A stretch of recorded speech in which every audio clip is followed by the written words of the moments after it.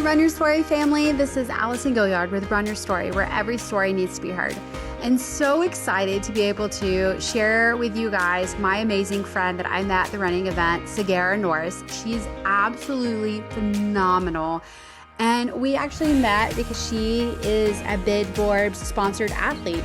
And so we were talking when we went to Bid Forbes, and she was like, what do you guys do? And we said, we have a podcast and it's about run stories and sharing them within the community. And she's like, oh, wow. And so in that brief moment, she told us her story, and we were like, well, we have to have you on. And we did. And so huge shout out to the running event and to Bid Forbes for allowing us to be able to meet and then to sit down and to share this incredible story with you guys. She is not only a marathoner, but working on all the stars to collect. She's gearing up for Tokyo and is overcoming MS. And wow, you guys are gonna be just blown away by this. And I think I took away from this is you don't stop. Just don't stop. Just keep going. You find what you need to find. You find people that listen to you and that are there in your corner and that will advocate for you. Advocate for yourself, advocate for your people. And not only that, but oh my gosh, she has an amazing family and they do such incredible work. You guys are gonna wanna follow her on social media as well. Just again, an incredible athlete in what she's overcoming, and I'm so excited for my friend. We just clicked, and we ran a little bit at the Indy 5K. She's super fast, so I didn't keep up with her very long, but just an incredible human and such a cool person, and so excited. So thank you, my dear friend. You are just absolutely incredible, and so excited to see you with your training, and I'll be cheering for you for Tokyo. Like, so excited. And speaking of community, this podcast is powered by Do Good's Mercantile Company, which is a shop in our beautiful downtown Mobile area that carries items from companies that are literally doing good in some cool, unique ways. Many of the companies that are featured in the store employ people at risk or with disabilities, and other companies donate a portion of their profits to ministries and nonprofits that they are indeed passionate about. Do Goods is committed to connecting customers to companies who are uniquely generous and community-minded. The perfect time to give out gifts, whether it's a happy or in the Christmas season. Make your gifts last because it's making an impact, not just, hey, here's a great memory, which is great. We love memories, but also changing the world and making it better. And that's what Do Goods does, guys. So every time you make a purchase, you make a difference. And I absolutely love that about Do Goods. Annie Chops and the gang, they are absolutely amazing. Shop at Do Goods is at 202 St. Michael Street, downtown, or check them out online at dogoodsmercantile.com. Also follow them on social media. A lot of times they'll post stuff, especially Annie, about things that have come in. I'm like, Annie, I'm gonna need you to send me one of those. I'm like, I'm coming. I absolutely love all the different cool, unique stuff that they have at the store. And all of our Christmas gifts are coming from there. So yay. Thank you, Annie and Chops and Do Goods Mercantile, for not only doing good in our community, but also powering this podcast. You guys are amazing. And Annie has shared her story. So guys, you can go back and listen to her story. It's absolutely phenomenal. All right, guys, get ready, get set, and go run with my friend Sagirah and her Run Your Story.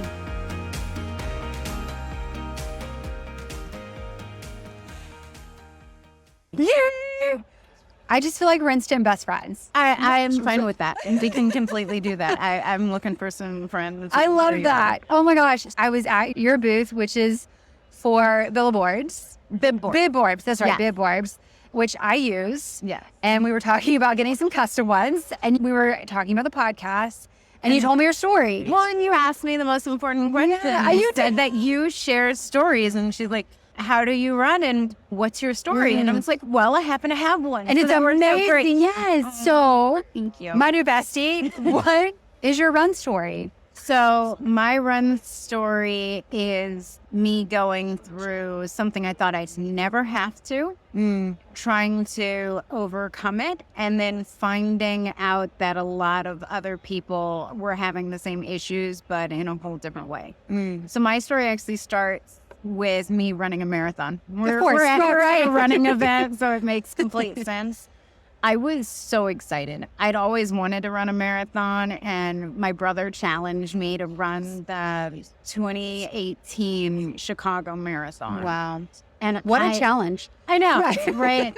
So I decided, well, of course I'm going to do it just to prove him wrong. And I trained my absolute hardest. I put probably every amount of effort I thought I could ever do in. And in the middle of this race, I started feeling like I was dragging portions of my body. And then I realized I wasn't feeling portions of my body. And the entire right side of my body just went numb. Wow. And the worst part is I was devastated, but I was also hard-headed. There was like this very odd thought pattern, because I had stopped at the medical tent and they said, we're not sure, but you could possibly be having a stroke. And I'm like, how do I get my finisher's medal then? Because it seems like one of these things that would prevent me from finishing, but also I'm already here. This is my hometown, okay? Wow. I'm doing this. My family is already at the finish line. Wow. And so You took crawling to a whole new level. And I dragged everybody who was crawling with me. As I'm passing people, they're like, I'm going to give up. I'm like, no, we're so close. And I didn't even think that was true. We were not almost there yet at all. No. And so for that last maybe like 10 miles, I was just trying to figure out how I had overdone it. I clearly pulled something, strained something, done something, and I'd have a better race another day. When I got back to Houston, which is where I live, Okay. I went to a sports medicine doctor because I just run a marathon, so whatever is wrong with me completely has to be sports related. And I don't know to what point we ended up with a MRI. And I don't know if the guy who did the MRI was just like really bad at his job or maybe just didn't know where he needed to be positioning it. But it ends up that he caught the top portion of my spine. And on the top portion of my spine, apparently they could see just enough that they realized I was missing what's called a myelin sleeve. And it's basically the covering for your spinal cord. Multiple sclerosis, as I would later be diagnosed with, eats away at that sleeve and pretty much puts your nerves on display. And then your body will go ahead and start attacking itself because it doesn't understand how this has already happened. This shouldn't be. Something's wrong, but it doesn't know what's wrong. So it tries to overcorrect itself. And it created for me a lot of mobility issues straight off. And so I took this diagnosis that I got and I immediately sought a multiple sclerosis doctor because I'm like, sure, well, surely there's some cure, there's something that I'm going to be given a track to do and this will all just blow over. And then you find out MS has absolutely no cure. It's just a progression of your body slowly and surely betraying you. And I was just so devastated at that time. And you end up in, the internet can be such a good thing, and then the internet can be awful. Sure. Especially like when you're in an awful place, you're going down this rabbit hole of information where you find out that there's absolutely no cure. You're going to need mobility assistance. And while people don't die from MS, they die from MS-related issues. You don't die from MS. You will die from your heart not beating because the muscles are no longer strong enough to contract. And so I couldn't even imagine it. Like, I had my husband, my daughter was still probably around like 13 years old at this time. And so it was just, none of it made any sense. And so, and you're a runner. You're healthy. Exactly. Like, I am the epitome of health, minus the beer, the wine, the food. I work out though. That's right. I run. It's fine. And so I go to this MS doctor, and the first thing he says to me as he's asked for my MRI scans is he's just like looking at me, and he's writing in his own little notebook, and he's like, so the person with MS, can they still walk, or are they just completely in a wheelchair? Like, what's the severity? And I'm like, it's me. And I just ran this morning. I mean, not great, but I did it. And he's like, they can still run. Interesting. Okay. Writes it in his notebook. Doesn't tell me a single thing. The next visit that we have with him, it's, you're going to be on this medicine. It's only ever going to slow the progression of your disease. There is no medication for multiple sclerosis that will do anything but slow progression. Wow. And you'll most likely be in a wheelchair. We're shocked you're not in one now, but we're saying within 5 years, you're going to be wheelchair dependent. And I'm like, you're probably wrong. None of that makes any sense. And okay, so what do I do? And he said, if you want to go on any trips that wouldn't involve a wheelchair, I suggest you do them now. Man, this is what your doctor, your specialist is saying. He's not the best at bedside manner. I think he's just very direct. And I guess that works for some people. I was just confused at how any of this was happening. But I did see the upside. And the silver lining is I got to go on a trip. Like, I get to pretty much name whatever trip I want to go on. And my husband has to say yes, because I, for the first time, could pull this MS card. Be like, I think we're going to Belfast to see where Titanic is built and see where Game of Thrones was filmed. And my husband's like, darn, and she's got that MS card too. She's going to use it. I know it. And so we go to Northern Ireland. Wow. To go to Belfast, to just see, I don't know, probably the greenest place I've ever seen in my entire life. And just to enjoy ourselves. And I kid you not, the first night there, and exactly how my husband will say it, we're in a pub and they have a little standee on the table with an advertisement for the MS 5 and 10K. And I'm like, look, Joe, it's this weekend. It's everything. And he's like, of course there's a race. Why would there not be a race if we're on vacation? No, he's like, you don't even have running shoes. I'm like, oh, we don't need running shoes. We're in Ireland. It's fine. And so I signed up. Of course. We took a bus out to the MS Center for the UK. And you pick up your packet. It happens all the time. We're racers. We're used to this. Yeah. And for whatever reason, and this has never happened before nor since, I actually looked at all the stuff in the packet. Fair. Yeah, because normally it's coupons for things I don't use, places I don't go, and food I'm never going to try and eat with a sample. But I was looking at it, and they had their version of the MS magazine.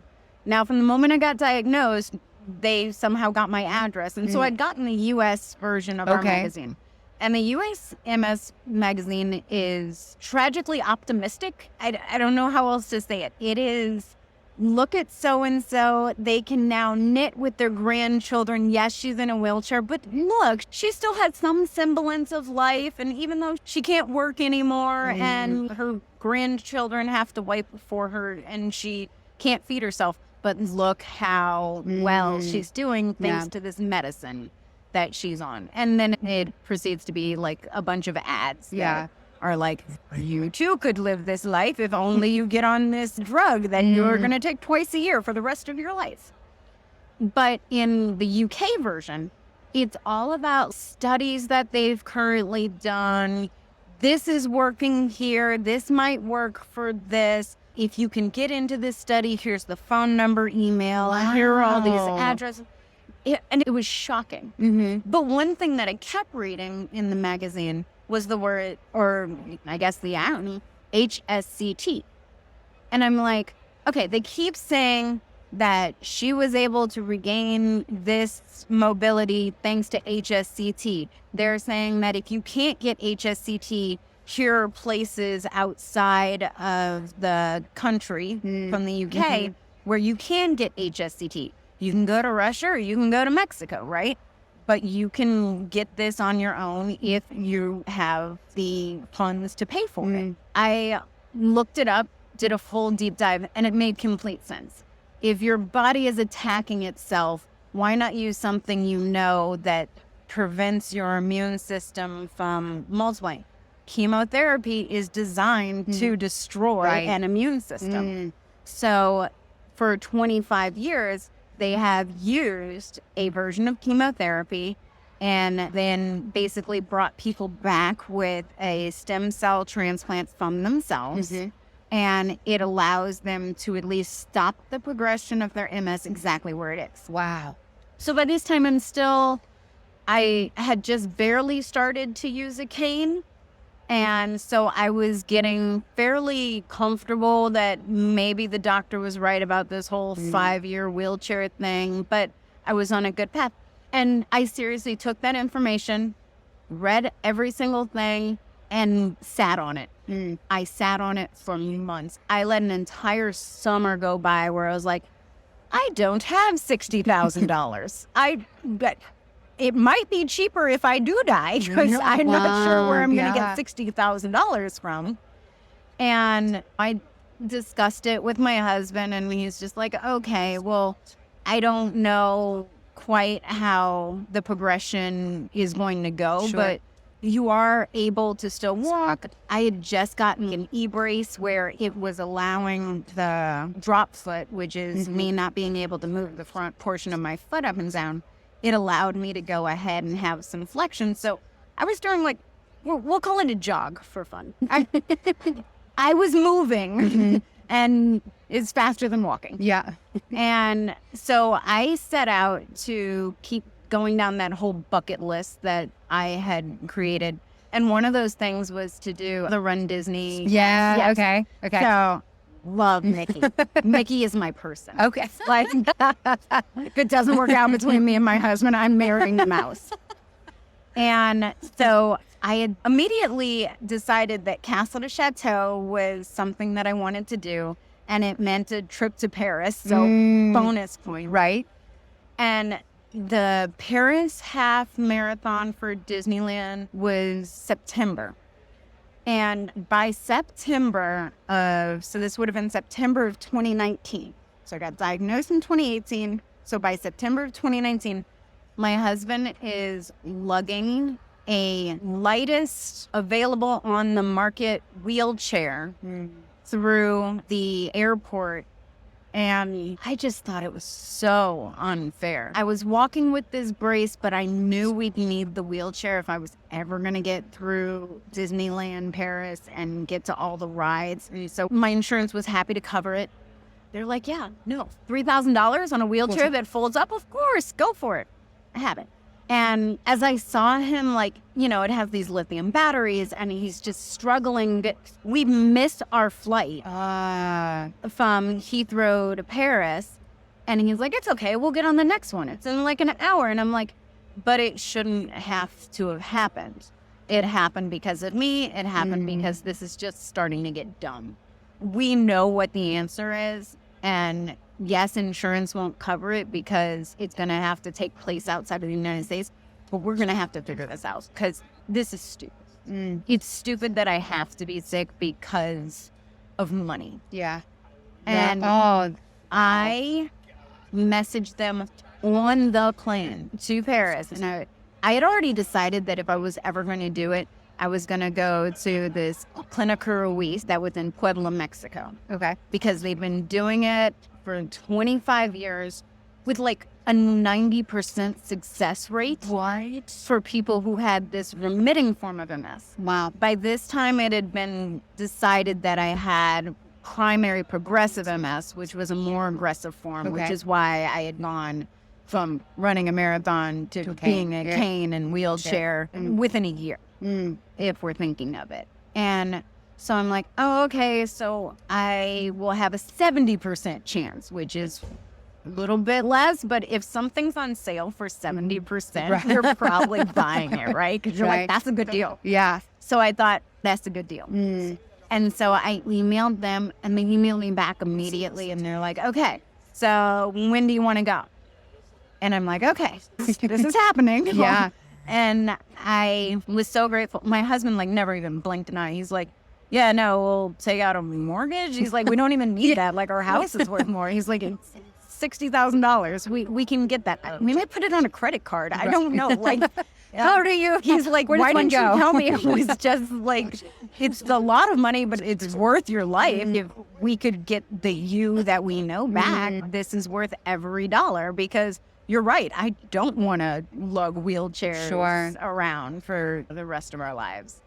And so I think I put it aside for a few more months, because I had already planned that I was going to go on this wonderful Thailand adventure with my family, because surely MS would make it impossible for me to get to Thailand and see the elephants and all of this stuff. Wow. Yeah. And so I planned it for Christmas, and here this lady in Mexico is like, so when can you come? We have spots available next month. I'm like, yeah, next month's not good for me. Let's do January. January, perfect. January by agreement. Let me send you. And so I went to Puebla, Mexico in January 2020. It was a 30-day process, streamlined down to the ounce of fat on my body, so they knew exactly how much chemo to give me. The doctors, the facilities, you ended up living in an apartment for 30 days. And it's just 30 apartments, 30 patients. They round you through in groups of 5. You get all of your chemo, all of the stem cells harvested in some of the best facilities I've ever seen. There were nothing like the American facilities I've seen. At one point, we were in a hospital room that was like the size of my first apartment. It was incredible. And I didn't even notice, as this whole thing was happening, that the day after I had my first dose of chemo, I didn't even bring my cane to the office to get the second one. And I didn't even realize any of this was happening. It's just, I looked down one day and I'm like, oh, wait, did that need to be charged? Oh, wait, I haven't put that on. I haven't used that e-brace in a week. And we've already been here a week. And I'm going to the top of Puebla's mountains and everything and having literally a vacation that happened to involve some chemo. Wow. And they cook all the food for you. I was like, I want to go back there. Right. They took such great care of me. When I get home, it's all going to be me again. Wow. But I came back, and I came back assured that my new purpose was to find one more person who just needed to hear that it was okay to go. And it was okay to put themselves first. And I didn't quite know how I was going to do that, but I decided to literally start where I left off. And so I started trying to run again. And then I realized apparently you have to learn to re-walk before you learn to run, which sounds right. But so I did. I went to physical therapy. I think I was there 3 or 4 times a week for an hour, and then I do my exercises on top of that. And eventually I relearned to walk properly. Then I started trying to run, and my physical therapist was like, we don't do that here. You're going to need to find someone who wants to teach someone who can't lift the right side of their body that they want to run again. And I did. Her name is Amber Lowe, and she's a physical therapist and a running coach who I'm like, so I'd like to learn how to run and possibly do a marathon. And she's like, well, that all sounds quite reasonable. Like, yes. So you just have to find like your level of crazy in another person. And so I hired mine. And so we got onto this intensive training program, and I got offered a spot where the Boston Marathon, the BAA called me, and they're like, we have our adaptive athlete program. And we saw that you had this miraculous cane to you running again. What if you ran the Boston Marathon? I'm like, I can't run the Boston Marathon. I'm not that fast. What part of the story you missed is that I'm slow, and this is only, it made me slower. And they're like, no, it's fine. You'll start right after the elites. And I'm like, I'm going to go just on the off chance I can meet Des Linden. like, I don't know about the rest of this stuff. Wow. And so I got myself together. I finagled a friend. I was like, my best friend, Kelly, I was like, Kelly, you're from Boston and have always wanted to run the Boston Marathon. She's like, yes, that's right. And I'm like, what if we did it together and you're going to wear a bib that says guide? Doesn't that sound like fun? And she's like, maybe. And so we trained together. And so Wow. 9 months from the time that this was the off year where Boston was in the fall for the first time ever. Because if they're being historic, I'm going to be historic. We'll all be historic together. And so we ran it in 2021. And it was incredible. We had gone ahead and done this thing where nobody thought I should be walking rudderless, running again. And once we had done Boston, the rest seemed like such a good idea. So I'm like, I'll get into London next. We'll go to Berlin. And every time I would gather a new friend with me, I'll run New York City and I'll take my friend Debbie there and it'll be great.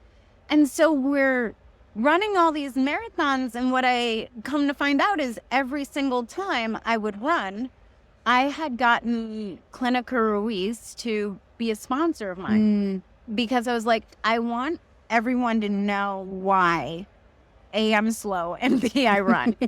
I wanted to say HSCT halts MS in big orange letters on my back. And I want people to ask me about HSCT.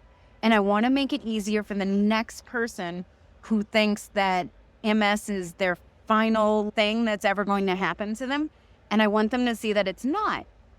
And so far, I know I wanted to find one person, and I found her. She came a year later, and she was like, you ran. How? Tell me everything. MS. I also have it. My name is Amanda. I would like to be a person who says they had MS in a previous state as well. And I'm like, oh, okay, look, I found my one person.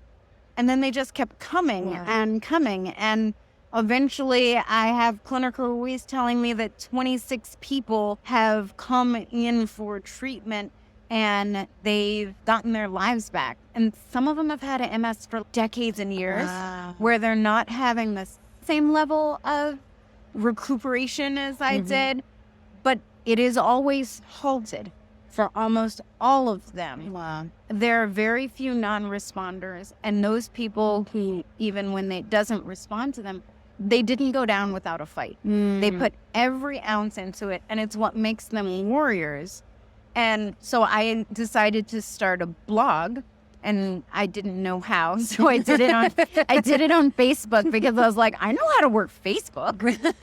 And so I started the MS Sagirah blog, and actually my Girl Scout troop came up with it. They're like, we call you Miss Sagirah, and it's like MS Sagirah. Wow. And wouldn't that be great? And I'm like, yeah, I'm not going to mention that I'm married, so it would be an MRS. But yeah, no, that I'm going to name it MS Sagirah. The Girl Scouts have named it. If anyone ever asks, I'll be like, I was named by a bunch of children. I couldn't stop it if I tried. They were cute little girls. They had cookies. I mean, you're going to turn them down and break their spirits? No.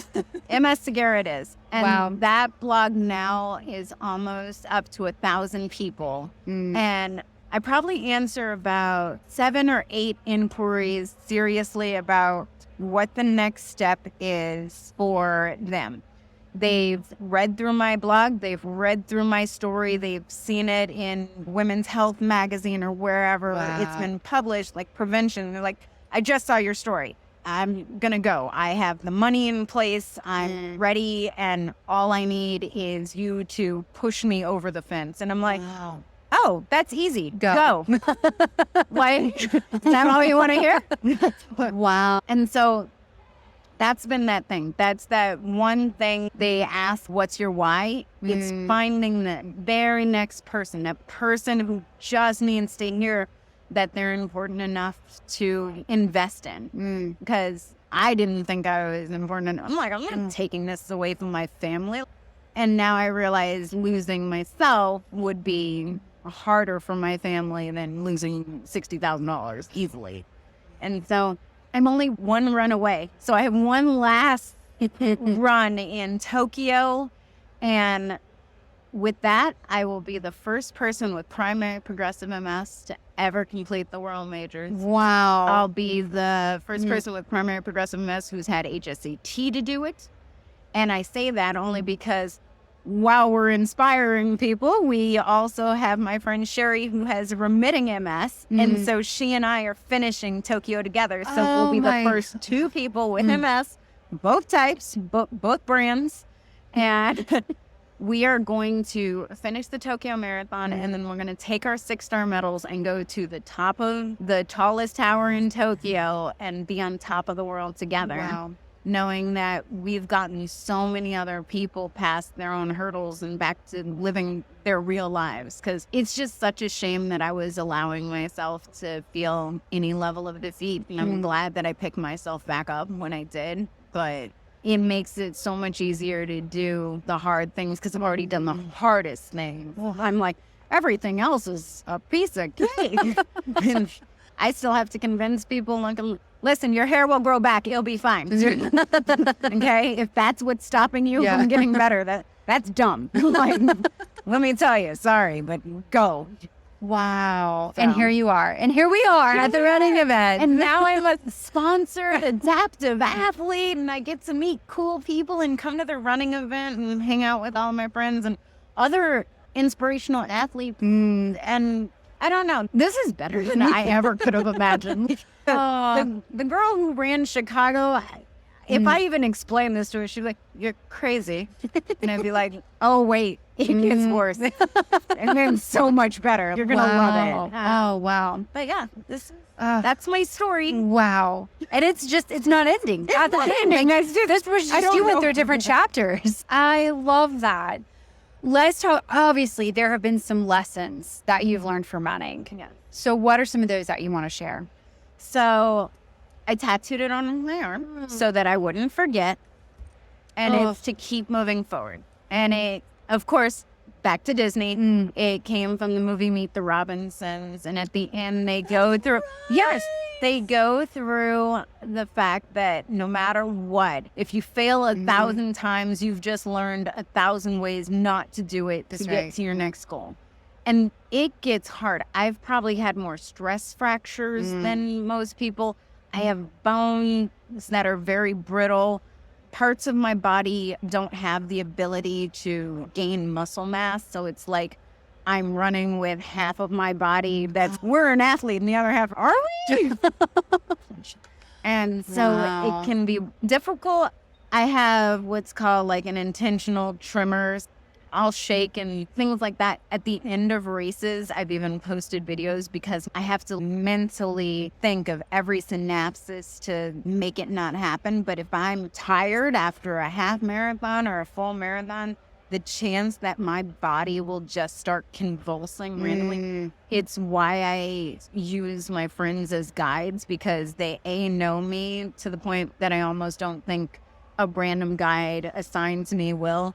Because my friends, I'll be like, I'm shaking. And they're like, yeah, that's great. We got to go get your other medal, though. So are you going to be done soon? And I'm like, thanks. So lovely. And so here's the pill you gave me to give you. And I'm like, thanks. I'm like, love you, too.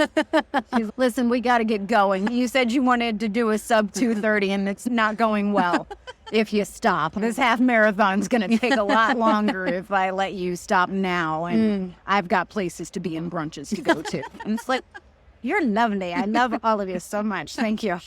And I don't know, just to make sure that you never give up on yourself is one of those things that it sounds corny, but it's so true. And you have to keep reminding yourself to show up. And I have to remind myself to show up no matter in what condition I come in. Yeah. But be there, do the best you can.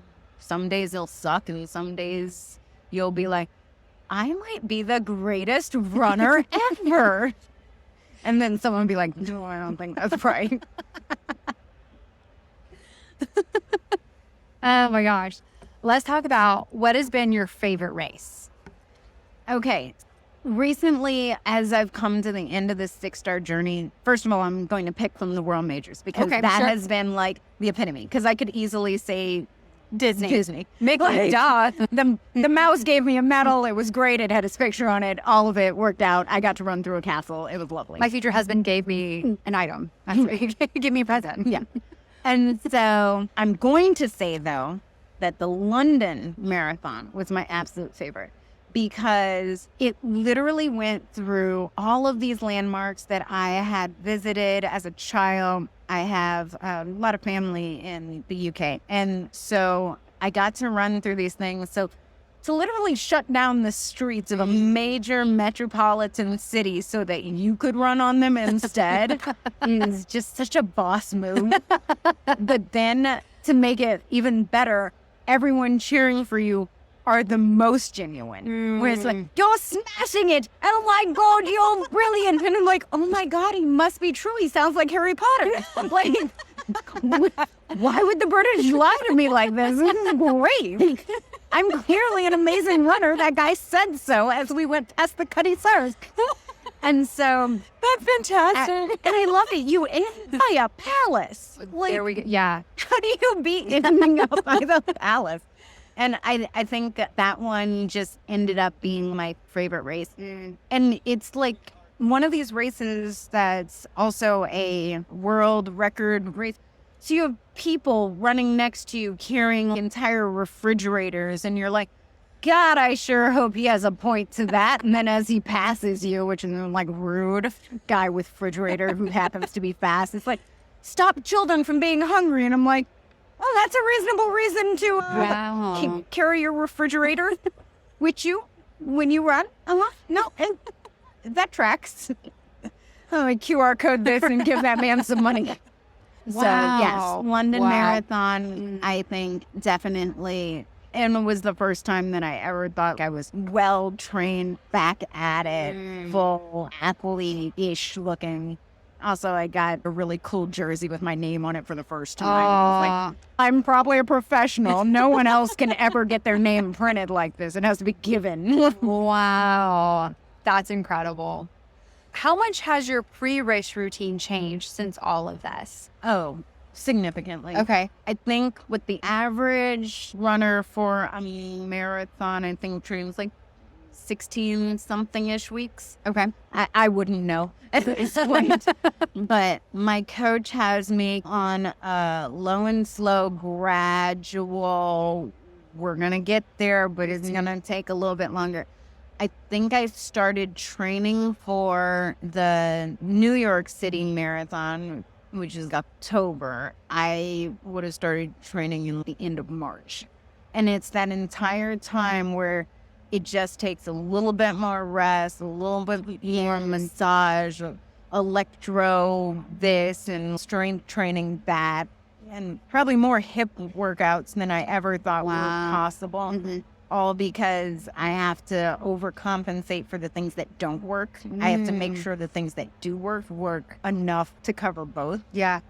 And so it's been interesting because when you look at my running gait, it's almost, I'm like dislocating my hip to bring it back up and around. Okay. And so it's a very odd way to run, but it's a stride that I've had to learn just to get it going. Sure.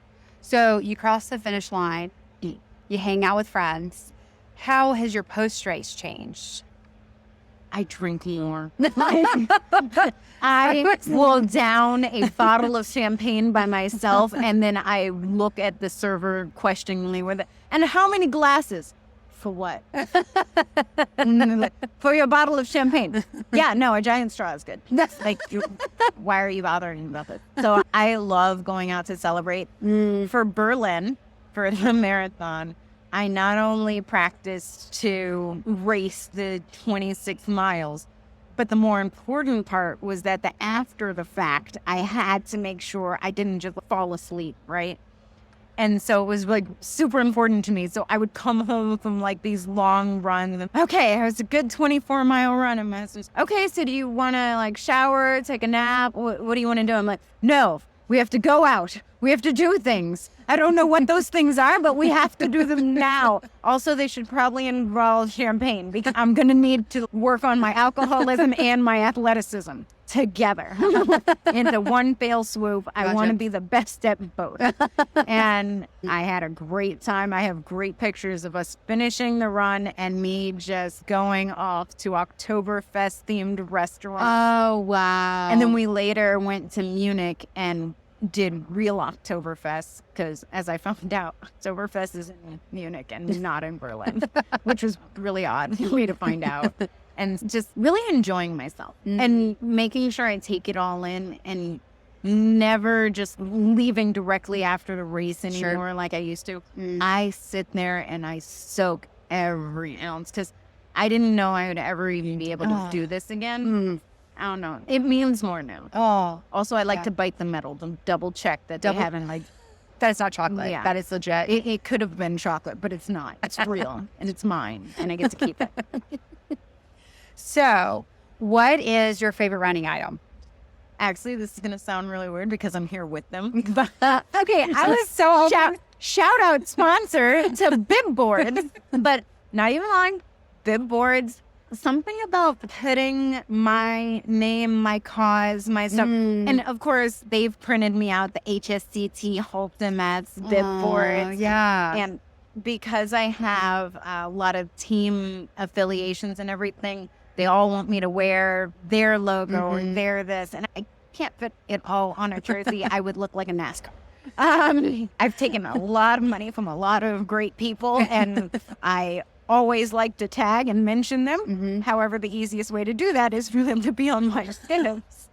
And because I know the most important thing is that I have my HSCT and jersey on at all times. So I'm trying to make everybody happy. And Bibboards is really good at doing that, because it's like a really good marketing tool. And for the people who don't know, it literally is a press through where it doesn't damage your shirt. Like I said, I just got a jersey with my name on it. I don't need it ruined by some safety pin.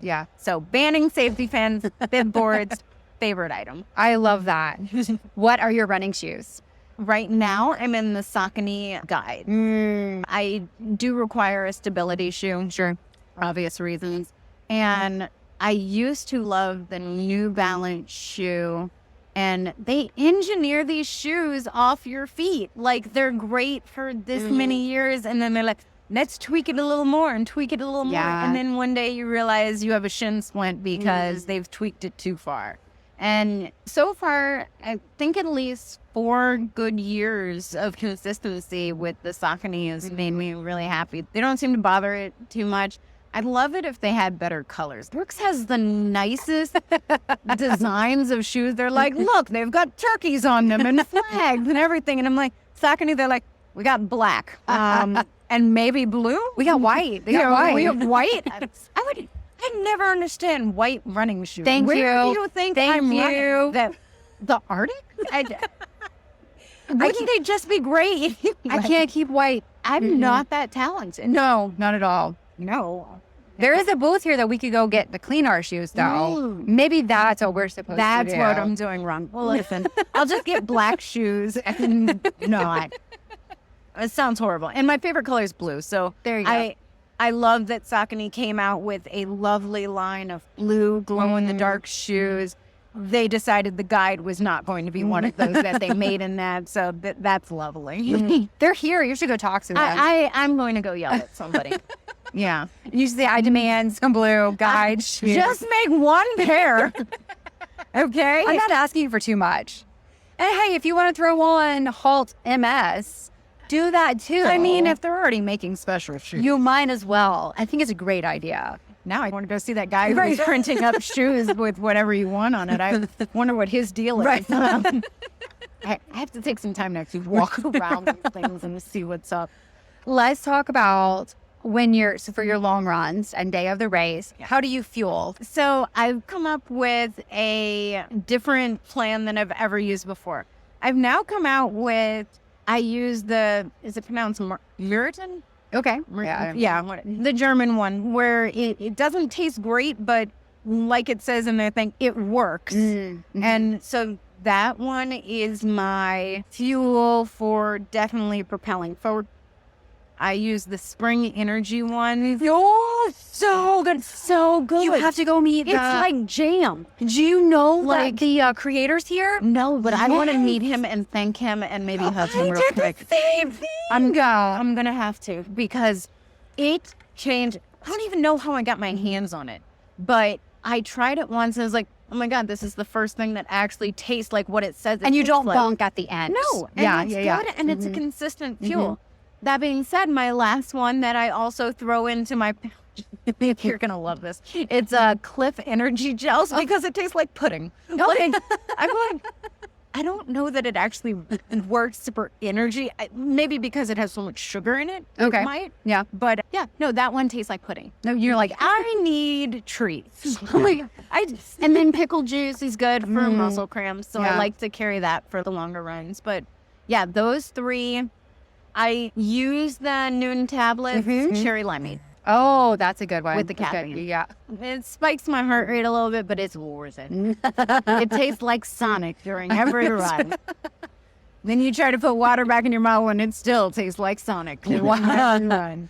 So I have to tell you a funny story. So I was over there because I saw that Spring Gel was here. And I was like, oh my gosh, like I love that brand. So I'm over there and I'm like telling them this. And they're like, oh, well, that's the creator. What? The creator of what I am consuming that I'm sitting here geeking out about is standing right there. So I literally I was like, can I take a picture with you? Because I think I might need one. I'm telling you. Oh, and spoiler alert, they're coming out with a new one. Okay. Yeah. Flavor. I know. Orange. I could get down with it. And this is supposed to be like for snacks. So if you are like, hey, I just want a I just snack. tried the applesauce one recently and I'm like, this is great. If I was a baby. But I was like, can I take a picture with you? And he was like, yeah. I was like, so then I said it to my buddy Lance, who was on the podcast, and he's the one that told me about this. And then he gave me one to try, and I became addicted. It's the only thing I can have. I really do think that they're some of the best. Yeah, I'm going to have to go get a picture. Yeah. He's amazing. He's super kind. Super cool dude. He loves the feedback too. Oh, good. I like your stuff. Also, make it less expensive. That's right. Let me ask you, so you crossed the finish line. You've had a couple of drinks. Is there a meal that you're like, oh, I just want to eat this? Not my finish line meal. Okay. My finish line meal is literally anything that's not nailed down, I'll probably eat. I don't necessarily get very hungry right after a run. Okay, it takes me a while to build up to want to eat again. I feel like my body's felt so deprived. It just know had what pudding, it's doing. too. And it's not so much pudding. Just so much pudding. The ratio is not okay. But before a long run or a race, I like to do the salmon and get carbs from like veggies. Okay. I try to pretend to be keto. It helps with inflammation and stuff like that. But God, I'm so bad at it. And I know this because I just ate a pretzel over at the Brooks stand. I was like, who had a pretzel? Brooks. That sounded great. They had jalapeno pretzel. What? It was a thing. I And missed it happened. everything. And Okay. I loved it. Love that. When you're training, do you listen to music? Yes. What are your running jams? Okay. I have the craziest playlist. I'm They shocked have- by this. They have nothing. These songs have never met. They're not even in the realm of.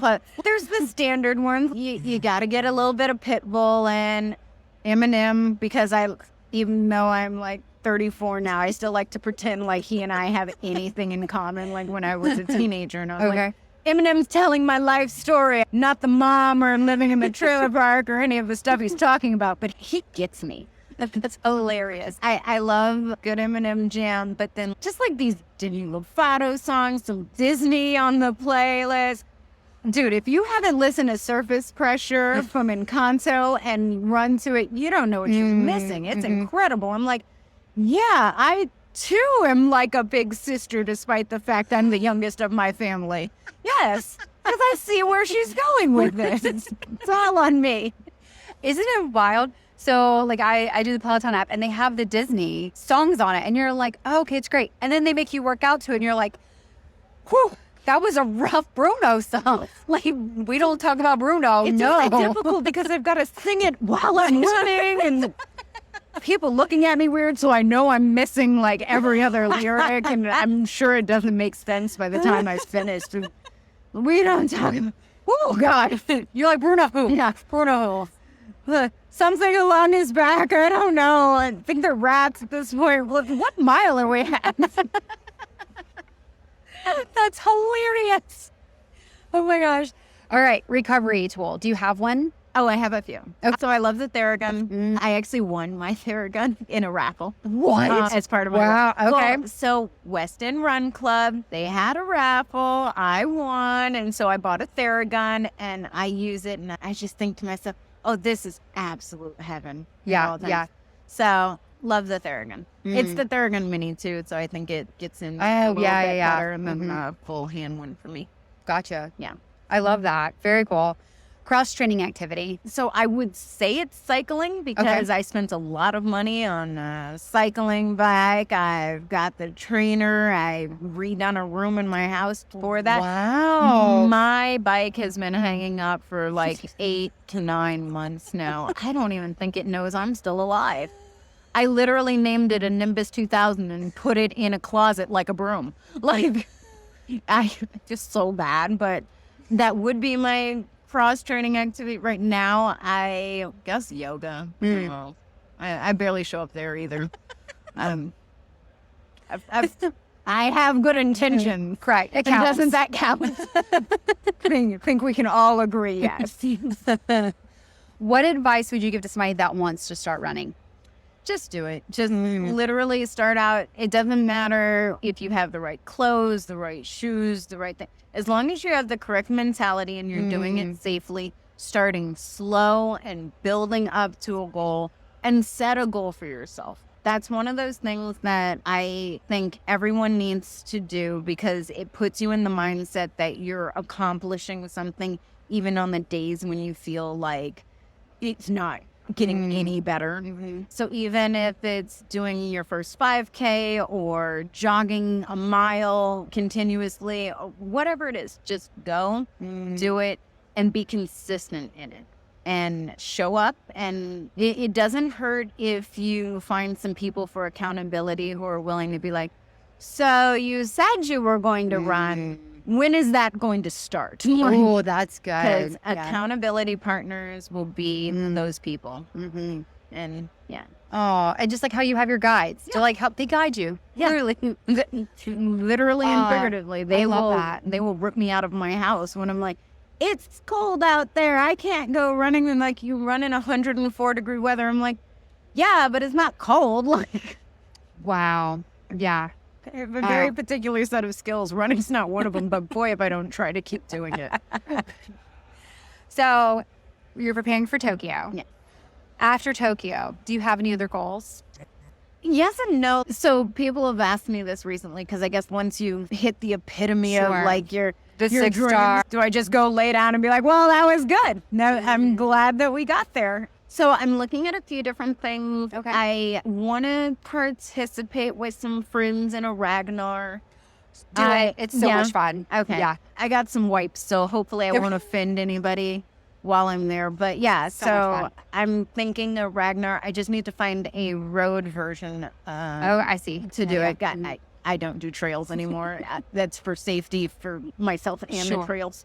I don't want to get blood on your lovely trails. It's messed up. But I definitely want to find some races that just bring absolute joy. I'm all good on Run Disney. I've run Disney'd myself out. I did the Dopey. I've done the challenges. I've done all of those. I don't know. I'm not 100% sure that you're going to catch me at a marathon and get... I recently told my friend, I'm like, the next marathon I do after Tokyo better have the best reasoning ever. I'm talking like orphans with puppies. Like, it's got to benefit some people to the point where I'm like, oh, she's cute. Okay. And you'll teach them to read if I run? Great. I'm in. And I think that just finding some races that are more geared towards me having a good time. Half marathon, favorite distance. So I could do those all day. I love that. And who doesn't love a half marathon? Right. Runners know the distance of a marathon. If I tell my mom I'm running a half marathon, she will be equally as excited if I told her I was running a 5K. Right. Mostly because she doesn't know the difference. Oh my God, you did it. And I'm like, yeah, it was a 5K. She's like, oh my God, that's incredible. I could never. And I'm like, yeah, you probably couldn't. But I did. And yes, I'll take all those pats on the back. And I get the same fanfare for a marathon, so I might as well not have to work so hard. But yeah, so I think just finding fun ones. Ooh, I like that. Just finding fun. I like that a lot. Yeah. When it gets hard, which obviously with your journey, it's been hard, is there a mantra, something that you tell yourself to get through the tough hills, whether in life or on the pavement? Literally, the keep moving forward. It's one of those things where it means so much. And it's not just the keep moving forward for myself. It's keep moving forward because I don't know who's going to need to see me moving forward. I don't know if it's my daughter who is, oh yeah, my mom runs marathons, but it's so that other people don't get sick. And I'm like, I like the way you're explaining that. Okay, you're right. And I love that one. It's on everything I own. Seriously. Like, I'm probably going to get sued by Disney. I'm not lying. I don't even know if he owns those words, but he probably does. When you're not running and you're not fighting MS, what do you like to do, my friend? What are you passionate about? Generally being a nerd. I love a good fandom. Okay. Like, so things that are involved with those fandoms, like trivia, like get me at a bar with a trivia and a steak night and you will have the happiest person you've ever met in your entire life. But I love to cook. I, again, pretend to be keto with my friend Alicia. She lives in LA. I live in Houston. So we get on Zoom with one recipe that we've agreed upon and we cook the exact same things. Or at least I think we do sometimes. We have had moments where I'm like, what noodles? What are you adding? Wait, what happened? And she's like, wait, what are you making? And I'm like, clearly not the same thing you are. Like this one. She's like, oh, no, that was a suggestion, but we voted on this one. I'm like, did we? And then, of course, there's just hanging out with my family, really enjoying it. My daughter is very into Girl Scouts, and she's gotten a little bit older now, so now she's very much into Anna loves Disney to the point that because she is also a disabled person, because she's legally blind. Wow. And she had a kidney transplant because she has to be the most. I can only have one thing. I get MS. She has to be the most with this. So she always found that the disability systems in Disney made it possible for her to have such a great childhood. So she wants to pay that forward and go to work for their DOS disability access system. And going with that, she wants to give back to Make-A-Wish, who had given her a wish, because she knows that 90% of the wishes that she and I grant as a team are for Disney. As it's even coming out of the children's mouth, I'm like, remember, we can't influence their wish. Wait till they say it. And it's like, I'd really like to go to, yes. I don't know if it's possible, but there's a mouse that owns it. Yes. It's like, and there's a castle. Oh, God, please just tell us you want to go to Disney so I can write it. Like, I think I'll go to Disney. Oh, good. Okay. Land, world, what are we talking? Cruise? Let us know. I love that so much. And we've gotten very into that, as well as doing things with Life Give, who works for organ donation and transplant. So between those things, I'm full up. Sure. I can only do so much. I love that so much. Any final words of wisdom, my friend? I hope that whoever is listening to this, if they feel like they're maybe in the position of either giving up, quitting, maybe they're in their own healthcare journey, and it might not be MS, it might be whatever it is, that they know that their healthcare advocacy is in their own hands. No one can ever tell you what you can and can't do. Doctors practice medicine. They are not the final say in the final book. And build a team around you to support you in everything you do. Not just if you have a healthcare struggle, but always just build your team, find your people, find your crazy, and make it happen. And you'll always come out on top that way. And so I have loved this, my friend. I was so glad we met. I'm so happy. I just said, like, you're my new best friend. Like, okay. Well, now we're going to go harass the spring energy guy. That's where you So thank you so much. Thank you.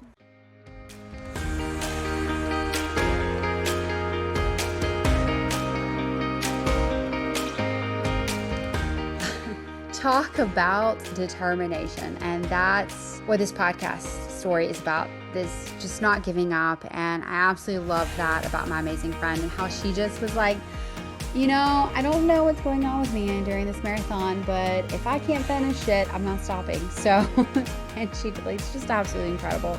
So thank you, Sagirah, so much for your story. Thank you for what you're doing for the running community. And thank you for becoming the first one of your story and the advocacy that you've brought with it. It's just absolutely phenomenal, and just cannot thank you enough for sharing your story. Again, shout out to Bib Boards again for allowing us time to be able to talk and share her story. It was just absolutely incredible. And I actually got to meet the creator of Bib Boards, an absolutely phenomenal guy. Cannot say enough great things about the company and about them. So go support them. We have some fun things that we're working on with them as well. And so know that these stories make a difference. And that's one of the things that I loved about the running event, was meeting people and hearing their stories. And wow, thank you, my dear friend. And I wish you nothing but the best. And again, cheering for you as you take on Tokyo. That's just so exciting. And all the great things you're doing. Just thank you so much. Again, thank you to Do Goods for powering our podcast. Make sure that you go shop there, guys. Absolutely incredible. We'll also be gearing up for #RunGood soon. So we are very, very excited about that. And don't forget, when you go in and shop, to say that you are a Run Your Story listener for that special discount. So absolutely exciting for that as well, because they are amazing. So thank you, Do Goods, Annie and Chops, and the gang. Y'all are just phenomenal human beings. So as always, thank you to Mars Hill so much for allowing us to have a safe place to record. While we recorded at the running event, it's always great to know that back home that we have a place that we can sit and chat and share our stories and just be. And I absolutely love that, and I appreciate that Mars Hill believes in the running community so much. That is everything. And as always, Gaillard Tech Services, he does such a phenomenal job. Especially at the running event, we weren't in a normal room recording, and so he really had to go in and edit background noise and take care of a lot of things. And so could not do this podcast without him. He is literally the heart and soul of Run Your Story, because he makes us all sound really good. So appreciate that, Gray. Also check out the website, Run Your Story. He does such a great job with that as well. He keeps everything up to date, and we are grateful for him using his gifts for us. So thank you, Gray Gaillard. You guys can check him out on social media. He also has a website. You'll want him to update your current website or create that new one. He is amazing at his job, and he's so good at it. And he's also shared his podcast, his story. So definitely go check him out. He loves running community, and he loves being able to help people, and we're grateful for that. Patreon supporters, we love you. We cannot thank you enough for who you are and what you're doing and how you take care of us so well, making sure this podcast continues. Thank you to our Patreon supporters. You guys are absolutely phenomenal. Make sure that you like, share, comment these stories, because they deserve to be heard. They're absolutely amazing, and truly grateful for when you guys give us feedback and let us know what you love about the podcast. That just means the absolute world to us. And your stories deserve to be heard. So definitely share away, comment, like them. That's how your stories get out there, and they are absolutely just beautiful stories, and we love them.